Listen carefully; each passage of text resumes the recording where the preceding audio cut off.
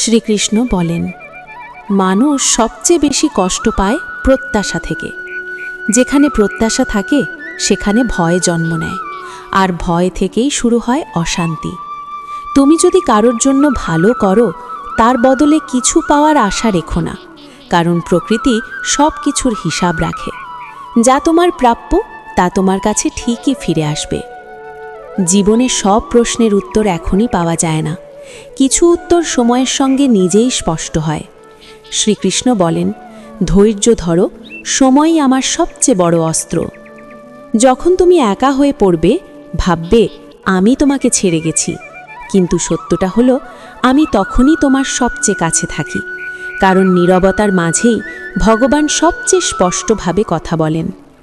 নিজের পথ নিজেই চলতে শেখো, সবার মন রাখতে গেলে নিজেকেই হারিয়ে ফেলবে। ধর্মের পথে থেকো, সত্যের সঙ্গে থাকো, বাকিটা আমাকে ছেড়ে দাও। মনে রেখো, যে তোমার ধৈর্য ভাঙতে পারে না সে কখনো তোমাকে হারাতেও পারে না। আর যেখানে বিশ্বাস আছে সেখানেই শ্রীকৃষ্ণ আছেন।